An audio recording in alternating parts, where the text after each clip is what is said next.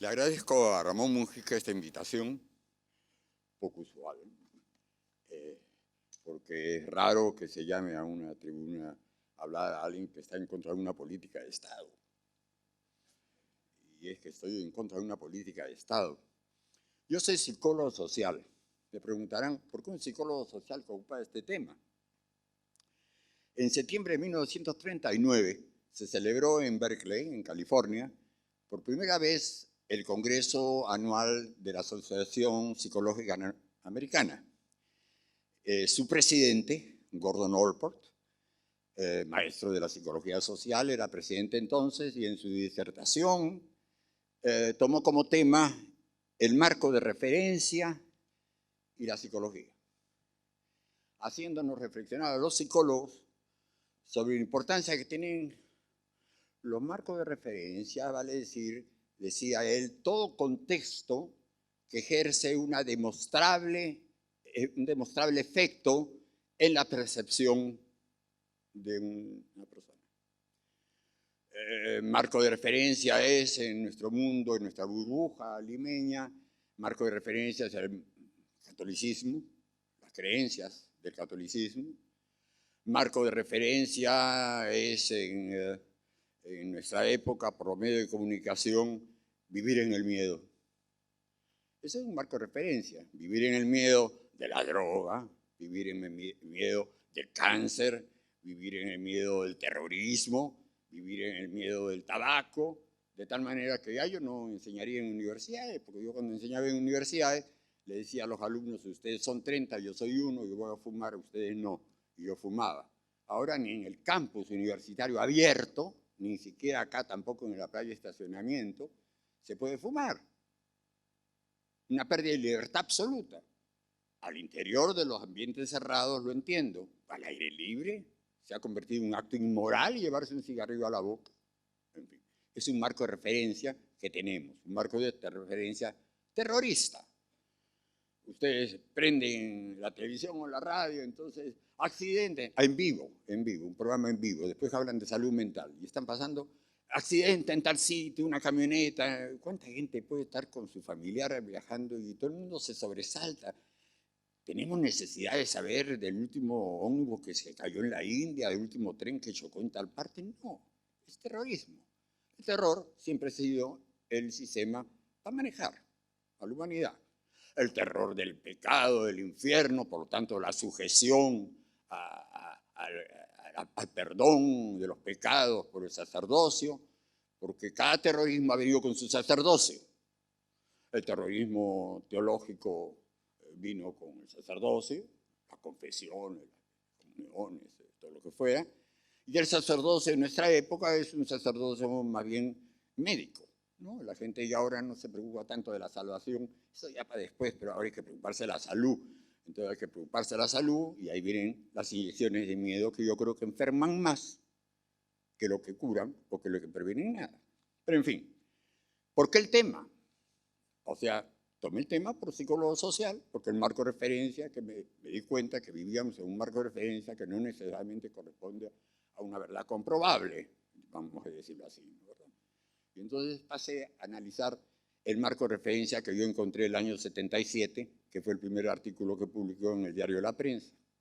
Y el marco de referencia me llevó a hacer remontar documentos. Y en remontar documentos me encontré que todo la ignorancia de la coca que había en ese momento, a mediados de los 70, les quiero recordar que en las estadísticas de salud figuraba el coqueo andino como la toxicomanía más extendida en el Perú de hoy, suscrito por doctores Baltasar Carabedo y Almeida, ¿verdad? Ministerio de Salud. Nadie hablaba de coca fuera del doctor Fernando Cabiese, que de vez en cuando publicaba algún artículo histórico. Personalmente, porque era profesor de la Universidad Nacional Agraria, el tema me había llamado la atención cuando había experimentado por primera vez lo que era la coca en las alturas en Sacsayhuamán. Invitado por un profesor polaco que había venido de Varsovia hablando quechua y preguntándolo primero dónde puedo conseguir coca, el profesor Jan Feminsky. Bueno, después de esa experiencia fabulosa, muy positiva de la coca, pasó la presidenta de Estados Unidos, la primera dama, Carter, preguntó cuánto costaría reemplazar la coca y recién me enteré del tema y recién me puse a leer y recién me di cuenta que se había montado todo un tinglado de falsedades sobre la coca que tenían alguna raíz, pensé yo. Entonces, siguiendo las recomendaciones, pasé del hecho a su historia y seguí la historia de a dónde venía esa situación de la coca que iba a ser incluida en la ley que luego salió el 78, la 22.095 que aún no gobierna. Y encontré que todo venía de la publicación en 1947 de un libro que mereció el Premio Nacional de la Cultura y que era Estudios sobre la coca y la cocaína en el Perú, de doctores Carlos Gutiérrez Noriega y Vicente Zapata Ortiz, que había sido publicada por el Ministerio de Educación y que había sido incluso prologada diciendo que seguramente ese libro tenía mucho que ver con el pedido que había hecho el gobierno peruano ante las Naciones Unidas. ¿Por qué? El doctor José Luis Bustamante Rivero, ampliamente estimado y con toda razón, sin embargo, bueno, tenía un problema que era un señor arequipeño que le tenía repulsión a la coca, y como escuchó que el doctor Gutiérrez Noriega había merecido este premio, este es el libro, en la época que estaba Luis Alberto Sánchez, ministro de Educación, este es el libro. Bueno, entonces, pero como de otro lado había surgido una cierta polémica en la Facultad de Medicina de San Fernando a raíz de la tesis de Fernando Cabieses sobre cocaína y de los comentarios que había hecho sobre lo que afirmaba Gutiérrez Noriega y el respaldo que don Carlos Monge, director del Instituto de Biología Andina, le prestó a Fernando Cabieses en ese momento ante la discusión que comenzaba muy a la limeña, dijo Bustamante, mejor pidámosles que vengan de las Naciones Unidas a decirnos si la coca es nociva o no. Y ese fue el pedido. Manden una comisión. No se le ocurrió recurrir a las propias instancias académicas, no a las universidades, no a la historia, no a la Biblioteca Nacional, donde bastaría recurrir a la Biblioteca Nacional para saber lo que representaba la coca realmente, y no lo que venían diciendo el doctor Gutiérrez Noriega a raíz de un infortunado artículo de don Hermilio Valdizán, enviado desde Roma en 1913, porque él acababa de leer en el manual de Kraepelin de la psiquiatría que el uso de la hoja de coca era una intoxicación crónica. Y Valdizán leyó esto estando en Roma y entonces no se preocupó de más, ni siquiera buscó bibliografía. A la ligera, a la torera se salta a la barrera y manda un artículo que dice el cocainismo y la raza indígena. Hace 2 años, el 13, en el aniversario del centenario, tuve el gusto de denunciar este inicio de la campaña en contra de la coca en el Foro Internacional de Revalorización de la Coca, llevado a cabo en La Paz, justamente el 15 de agosto de 1913, de Hermilio Valdizán. Trajo la palabra, pero ustedes saben que el lenguaje es muy poderoso. Traer la palabra es traer o querer traer un concepto con la palabra. Y el concepto que trajo, que importó de un texto de un señor que jamás había probado la coca, como era Kraepelin, posiblemente apoyado en la anécdota de Freud, porque efectivamente fue a raíz de Freud que Erlenmeyer crea la expresión el tercer flagelo para la cocaína. Y viene el manual de psiquiatría, recoge esta versión negativa de la cocaína por un caso de abuso de inyecciones de cocaína recomendado por Freud. Desde entonces se repite, todo el mundo repite como loro el tercer flagelo. ¿Era un tercer flagelo? Vamos a particularizar luego, pues dejemos acá un poco la duda, porque la investigación que se crea a raíz de la mirada psiquiátrica ha patologizado el uso de sustancias del sistema natural, sustancias naturales, el sistema nervioso, que en realidad son medicinas del sistema nervioso. Amapola del opio, cáñamo, llamada marihuana, hoja de coca, estigmatizadas por la psiquiatría, no por la medicina. La medicina en todos los casos siempre ha hablado de maravillas. Y la que comenzó el discurso de las adicciones, de la enfermedad, que ahora se extiende a todo, porque ahora adicto es, no sé, hasta los aficionados a la Harley Davidson son adictos seguramente, y si sus familiares tienen poder los van a hacer tratar con pastillas, porque ese es el tratamiento que se da a todo lo que son aficiones extremas, que en fin son variantes de la conducta humana que no tienen por qué ser reguladas químicamente. Bien, cuando el año 47 se pide a la Comisión de Naciones Unidas, informan en el 1950. El informe, ojalá que esté en la Biblioteca Nacional, porque ha desaparecido de muchas partes, pero ojalá que se conserve.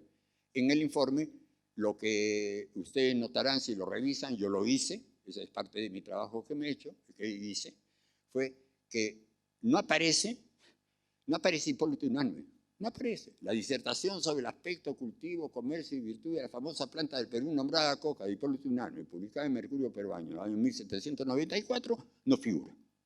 ¿Por qué?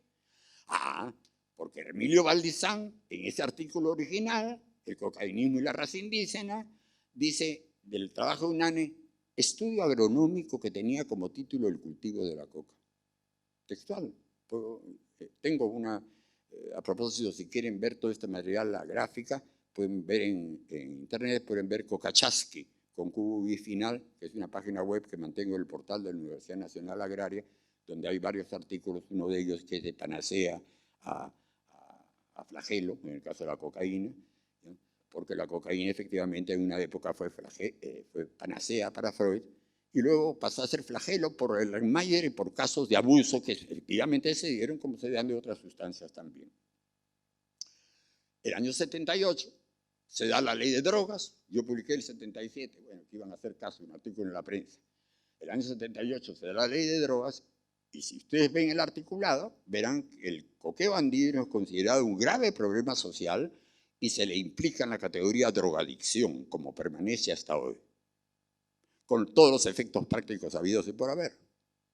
Los choferes de camión que acostumbraban a manejar en la noche con bolo de coca les mantenían alertas, despiertos, atentos, ahora no pueden hacerlo porque si les examinan y encuentran que ha habido consumo de coca, les quitan la licencia. Idiota, claro que es idiota, pero es un idiotez que viene de una ley dada del año 78 por una presión ejercida sobre el gobierno de Morales Bermúdez y que de entonces todos los gobiernos democráticos, entre comillas, han venido respetando sin alterar. ¿Por qué? Porque dentro de una gran campaña mundial, que la famosa guerra a las drogas, cuyo desastre se está repitiendo a cada rato, diversas personalidades, desde el mismo Mario Vargas Llosa, que habla de legalización, así un poco a la ciega, pero habla de legalización, porque en realidad los daños que ha traído la legislación del 78 los tenemos a la vista.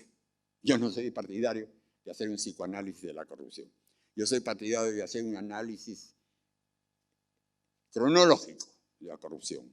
Y para mí la corrupción comenzó en el 78, porque se creó un doble país, un país formal que no sabía nada del tema, ¿no? Ustedes habrán escuchado a un candidato provincial decir que jamás ha visto una línea de cocaína, por favor, ¿verdad? Se crea una división que viene desde los barrios, donde se sabe perfectamente dónde se vende lo prohibido, hasta las zonas productoras, incluyendo el haber aceitado todos los mecanismos de control, llámese ejército, llámese policía, llámese juzgados, llámese lo que fuera bancos, por supuesto, que comenzaron a blanquear en una época, ¿se recuerdan?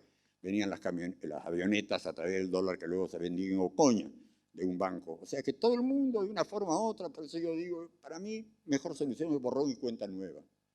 Pero la cuenta nueva implicaría revisar la situación de la coca. ¿Por qué la situación de la coca? Porque como estamos hablando primero del año 47, la Comisión de Naciones Unidas, luego en el año 78, que se da la ley de drogas, felizmente el año 78 se produce el primer paso de revalorización continental con la publicación de América Indígena número 4 de 1978, gracias a la labor del antropólogo peruano Enrique Mayer, que se fue de Lima ofreciendo hacer algo por la coca, y salió un número monográfico sobre coca de América Indígena, una revista con mucho prestigio, en la cual claramente ya se planteaba el dejar de lado la categoría que se venía empleando de la masticación de la hoja de coca como una drogadicción. Ese mismo año sale publicado en Londres el trabajo de Anthony Henman, Mama Coca, primero en inglés, luego ha sido publicado en Colombia, en Bolivia, acá en el Perú. Es el mismo año 78. El año 81, Andrew Weil, a quien han mencionado, este médico, que es un gurú de salud en Estados Unidos, su página web la abren más de 100.000 personas al día, ¿no, verdad? Es un tipo con un gran prestigio que ha creado un posgrado en medicinas alternativas, a quien en el año 92, cuando la empresa nacional de la coca quiso entenderse del tema, comenzó una campaña de revalorización. Yo trabajé con ella durante 4 años, del año 91 al año 94, 95. Se realizaron 2 certámenes internacionales, uno en Trujillo, vino Andrew Weil, vino gente de Bolivia. El segundo se realizó en Cusco en el año 74, hay publicaciones de los dos, en la cual la coca ya fue vista en una perspectiva distinta. Porque cuando yo hablo de paradigma, me refiero a esas realizaciones que por un momento dado sirven de marco de referencia justamente a la investigación, hasta que una experiencia anómala, según Thomas Kuhn, el Tratado de Revoluciones Científicas, las experiencias anómalas obligan a cambiar el paradigma. Yo digo, el coqueo andino fue considerado una adicción, una farmacodependencia, como le llaman ahora, o una toxicomanía, como le llamaban antes. Y sigue siendo considerada así por la Organización Mundial de la Salud. Esa es una consideración. El otro paradigma es el paradigma médico.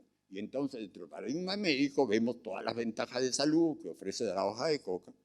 Proceso similar y más o menos al mismo tiempo del proceso de reconsideración de la marihuana en Estados Unidos. En Estados Unidos era la droga asesina, ¿verdad? Era la droga, la perdición, hasta que poco a poco empiezan a darse experiencias de usos saludables positivos de la marihuana. Hay un profesor a quien conozco, Lester Greenspoon, el profesor de Harvard, de medicina, de psiquiatría de Harvard, y que sin embargo, él, por una razón familiar, le terminó dando a un familiar marihuana por lo bienestar que ella ocasionaba.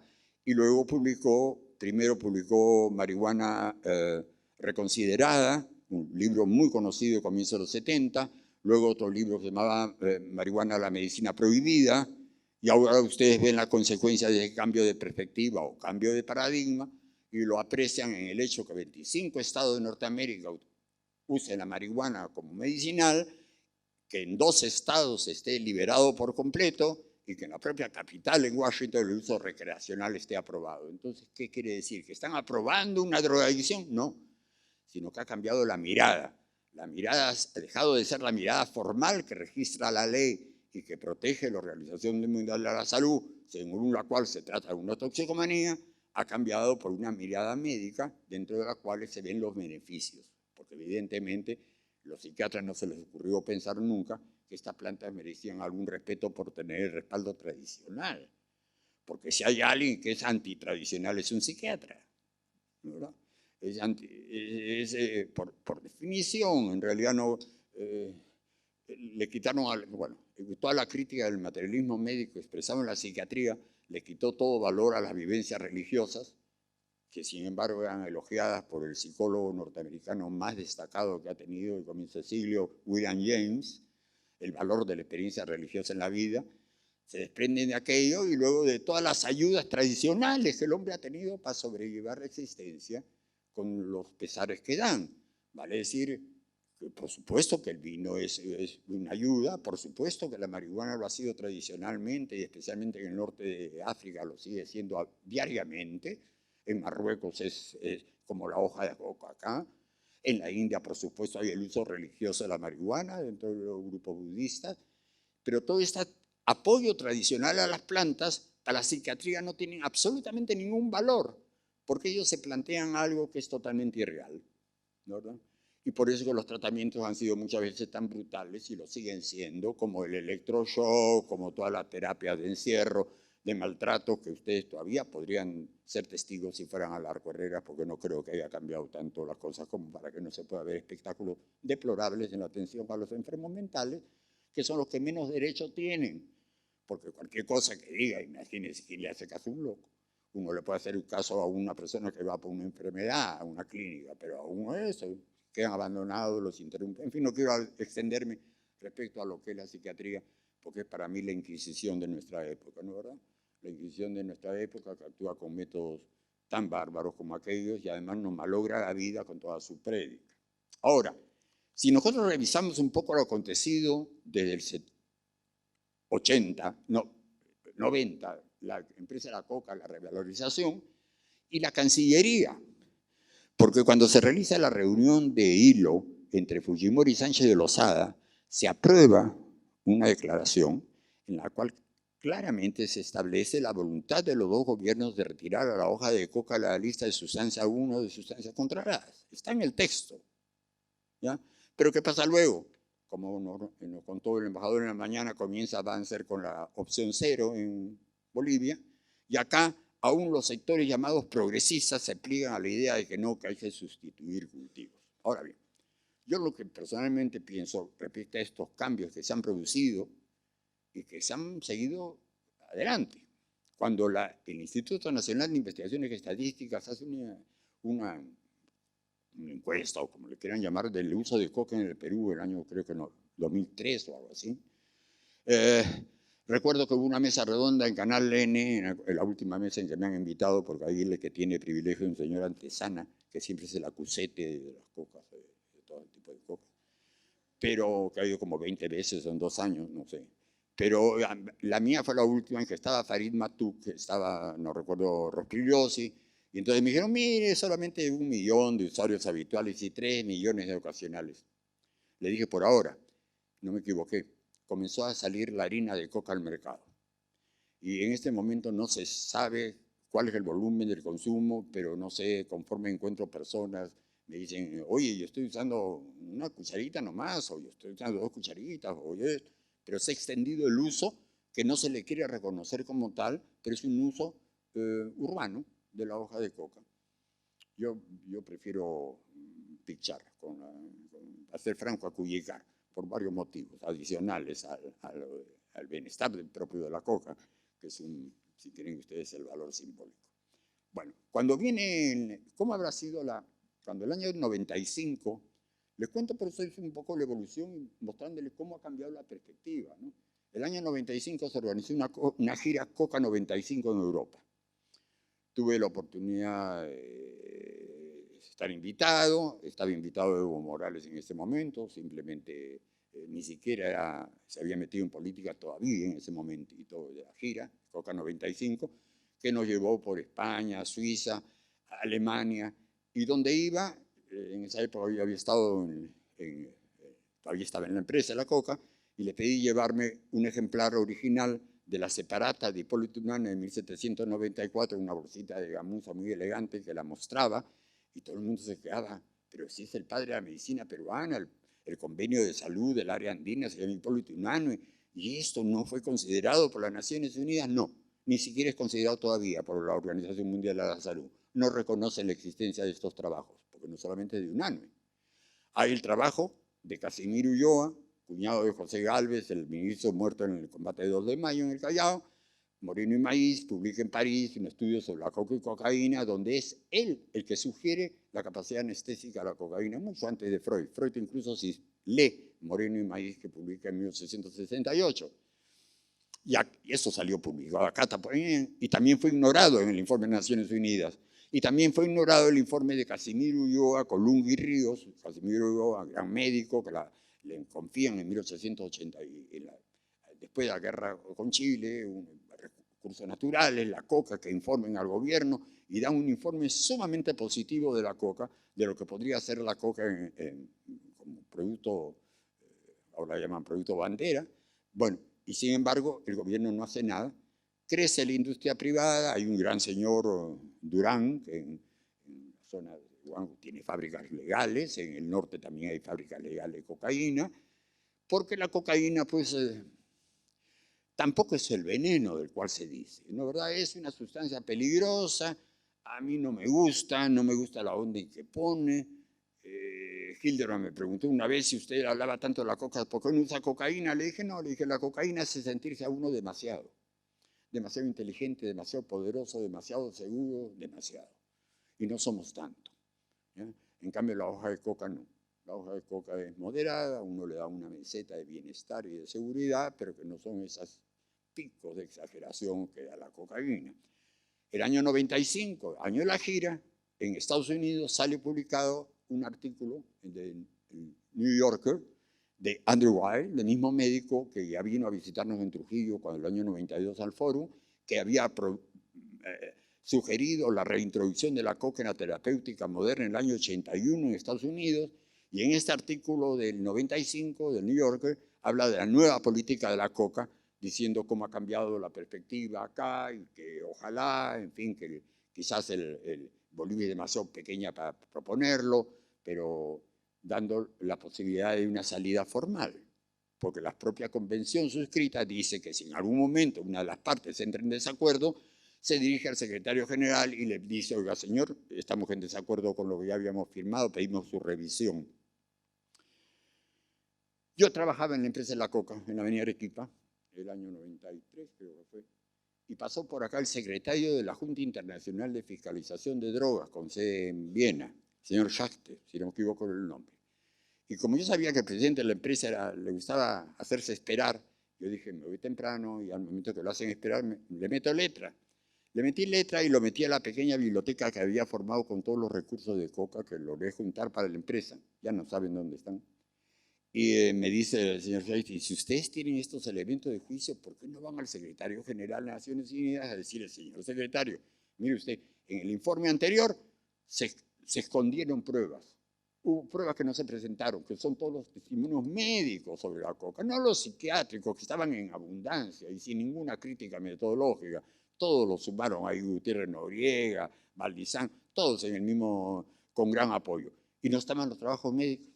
Le dije, miren, usted no me lo pregunte, pregúntese al presidente.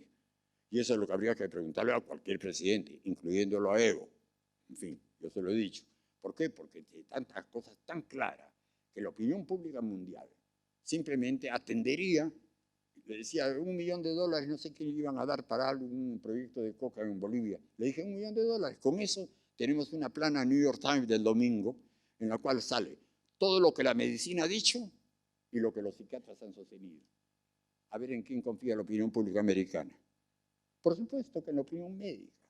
Entre ellas, de un libro que le he sugerido dentro de las posibilidades de la Biblioteca Nacional, sería un esfuerzo de traducción, el libro de Golden Mortimer, un médico historiador de Nueva York, que en 1901 publicó History of Coca, The Divine Plant of the Incas, un grueso repertorio, como dice Raúl Porras al comentarlo, un grueso repertorio sobre coca, donde hay informes médicos de todo tipo, incluso encuesta a los médicos que habían venido trabajando con productos de coca en Estados Unidos en el fin del siglo y comienzo del siglo. Un libro fascinante, nunca traducido al español.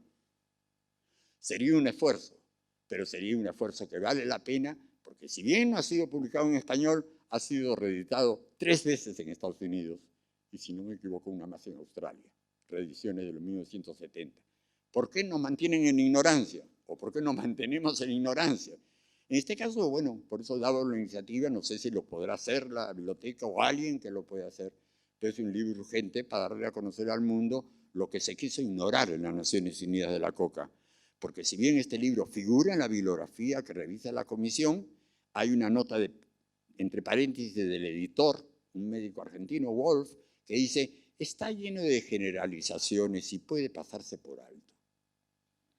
Puede pasarse por alto, y ha sido reeditado 3 veces en los últimos años. Por supuesto que es un libro fundamental médico. Yo no soy médico. Yo puedo hablar del beneficio que a mí me causa. Pero yo no puedo hablar en términos médicos, para eso están los médicos, ya está lo que ha dicho la medicina. ¿Qué facultad de medicina del Perú ha recogido esto y ha puesto en práctica algún proyecto de investigación sobre coca? Me dicen que Marcos en alguna facultad hay algún proyecto, pero Cayetano Heredia, el Consejo Nacional de Ciencias y Tecnología, no puede, ya lo evaluó cuando Carlos del Río estuvo el año 90, hubo una reunión en el Consejo Nacional de Ciencias y Tecnología, donde la coca salió respaldada, pero salió respaldada a nivel de un pronunciamiento de momento. Pero ¿por qué el Consejo Nacional de Ciencias y Tecnología no se toma en serio y antes de volverle a pedir a los extranjeros que nos vengan a decir si la coca es buena o mala, por qué no organiza lo que es verdaderamente un simposio académico en el cual se presenten los trabajos de uno y otro lado? ¿Quiénes pueden pretender ahora decir que la hoja de coca hace daño? No, mencionó acá el amigo de Freud y amigo mío, no, yo no de Freud, sino de él, me refiero. Se ha mencionado que la coca en ese momento podría ser ¿qué? Mire, hay 2 cocas, ¿no? Lo dijo Camino. Yo tengo las 2 en la bolsa. Una de ellas es la coca que viene del las tierras de la madre de Garcilaso de la Vega, según me ha contado Alejandro Camino, que me la trajo, y la coca es producto de mis macetas, ¿no? Porque, bueno, resulta que soy un cultivador ilegal, porque la coca en principio no puede cultivarse fuera de los lugares donde está designado. Con 3 macetas me da una cosecha suficiente para varios meses, ¿no, verdad? Esta coca es un recurso natural renovable, legítimo, que debemos reclamar, o debemos seguir en este plan de no, vamos a erradicar tantas hectáreas. Sabemos que se va al otro lado, ¿no? Se habla del efecto globo, ¿no? Se aprieta de un lado, surge del otro lado. Vamos a seguir en eso, más de lo mismo, con toda la corrupción que existe, sabiendo de que solamente esto se puede disolver si cambiamos la ley y le damos la posibilidad a la empresa privada a trabajar con la coca en todos los productos que podrían darse. Si en este momento no se hace más, es que además si no se hace es simplemente porque se soporta un monopolio que no es constitucional. Y ninguno de los constitucionalistas que existen, nadie lo denuncia como tal, pues es un monopolio que está en contra de la Constitución. Ni siquiera es una obligación internacional, podríamos optar por otro sistema. Bolivia tiene otro sistema, el sistema de guía de remisión, un mercado central, el de Fátima en La Paz, donde se vende libremente la coca, la empresa privada puede entrar a trabajar. ¿Cuál es el bloqueo? La ley 22095 vigente, que todos los grupos políticos respaldan, y lo que es peor, el acuerdo nacional empeora la cosa.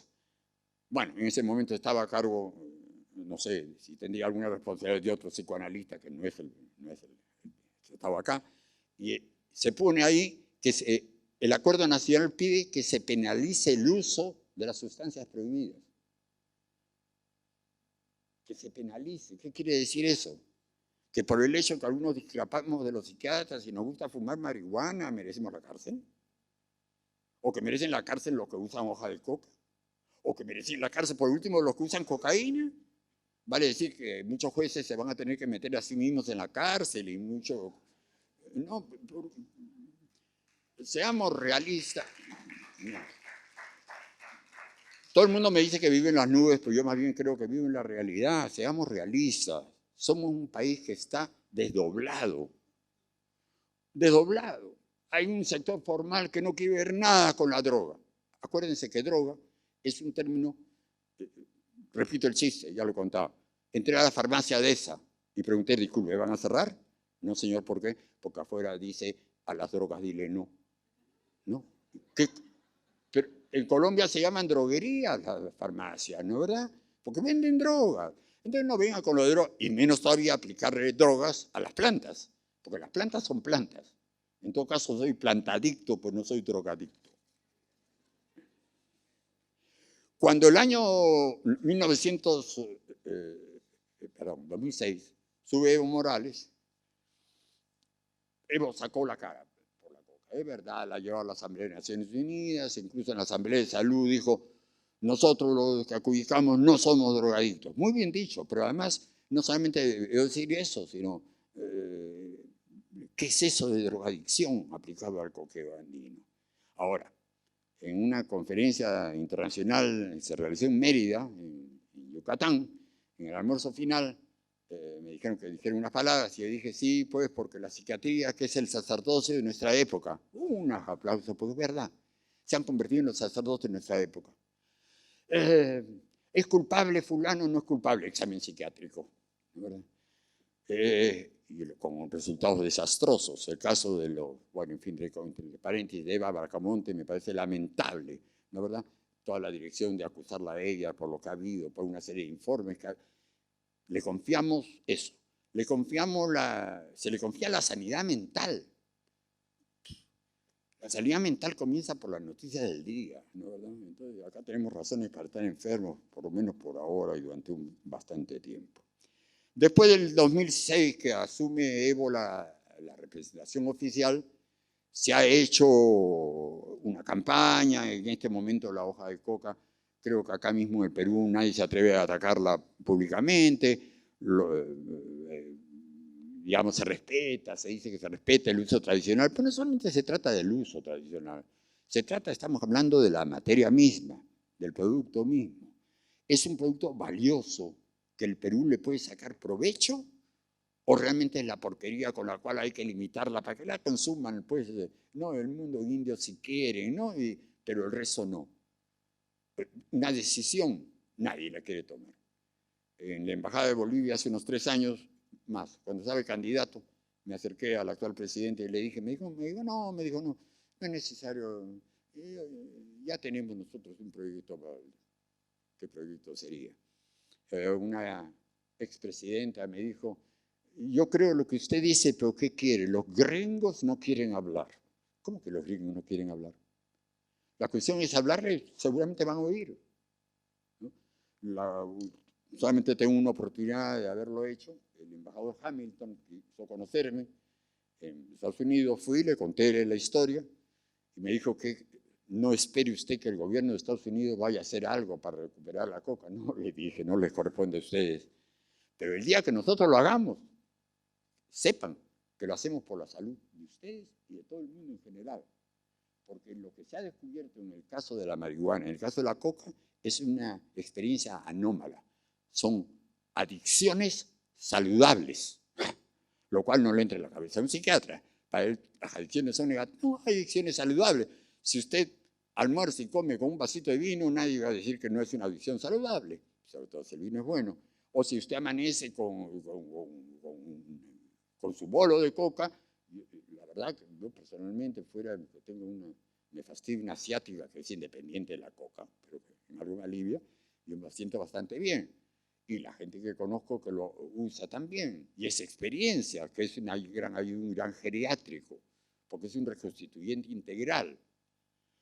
En ese sentido, el cambio de paradigma yo creo que debe ir incluso más allá, no solamente desde el punto de vista médico, sino volver a una categoría del siglo XIX que me parece que es excelente y que habría que retomar, que la dio un gran fisiólogo italiano y que hablaba de alimentos nerviosos. Su trabajo era sobre la coca, sobre las virtudes higiénicas y medicinales de la coca y otros alimentos nerviosos. ¿Y cuáles eran los otros alimentos nerviosos? Pues tabaco, café, té, yerba mate, son alimentos nerviosos. Juzgarlos como alimento nervioso, independientemente de la cantidad de cal o no, no importa, el efecto que tiene sobre el sistema nervioso es nutritivo, es funcional. Y lo que es funcional es saludable. Me he preguntado que ahora que tanto se hablan de los problemas degenerativos del sistema nervioso, ya se está ensayando en Estados Unidos marihuana y según información que tengo y quien quiera se la puedo remitir porque la tengo en internet, la marihuana equivale a todos los mejores medicamentos contra el Alzheimer que en este momento están en el mercado. No lo digo yo, lo dice la investigación, cuestión de cotejarla, no me compro un pleito todavía. Pero igualmente se podría pensar de la coca que siendo alimento del sistema nervioso son sustancias buenas en la salud y en la enfermedad, porque son alimentos que estimulan el sistema nervioso. Esto es un cambio de paradigma. Que este cambio de paradigma sea aceptado o no por el poder, difícil, porque el poder vive enclaustrado en su idea. Yo no sé cómo va a ser Washington para conciliar la libertad sobre la marihuana en sus estados con las convenciones internacionales que ellos han suscrito y en las cuales no se le reconoce ninguna virtud medicinal a la marihuana. Yo no sé cómo va a ser, pero en fin, de todas maneras, en una época de cambios, hay propuestas. Lo único que sé es que no va a haber paz en el área andina si no se normaliza, se regulariza, se legaliza la producción de la hoja de coca y la producción de las plantas en general que deben de ser protegidas por la ley antes que ser motivos de la crítica. Hasta ahí yo creo que cualquier pregunta pueden hacer.